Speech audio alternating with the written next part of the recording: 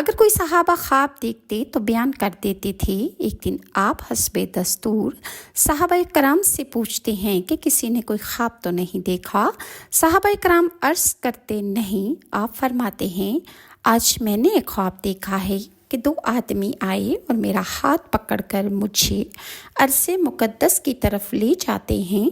अचानक मुझे दो आदमी नज़र आते हैं, एक तो बैठा है और दूसरा लोहे का आंकड़ा लिए खड़ा है और इस आंकड़े से उसकी बाछों में आंकड़ा बाछों में डालकर गुद्दी तक बाछें चीर डालता है, फिर दूसरी बाछ चीरने लगता है। इतने में पहली बाछ अल्लाह के हुक्म से दुरुस्त हो जाती है, लिहाजा उस आदमी पर मुसलसल ऐसा ही अज़ाब होता मैंने देखा।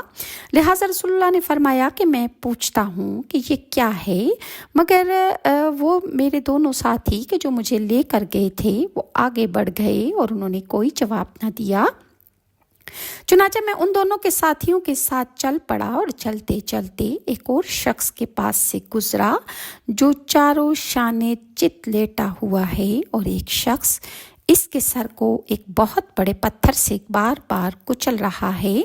जब पत्थर इस पर वो शख्स मारता है तो पत्थर लुढ़क कर आगे चला जाता है, ये उसे उठा कर लाता है। इतने में इसके सर का ज़ख्म अल्लाह के हुक्म से भर जाता है और ठीक ठाक हो जाता है।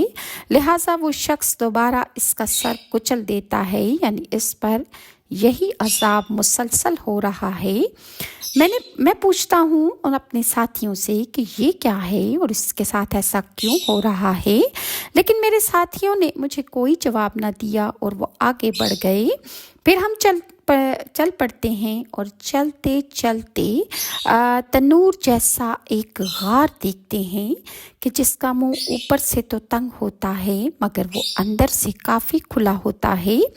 इस तनूर में आग भड़क रही है और बिल्कुल नंगी औरतें और नंगे मर्द उस तनूर में जल रहे हैं। आग के शोले उन्हें गार के मुंह तक उठा कर लाते हैं।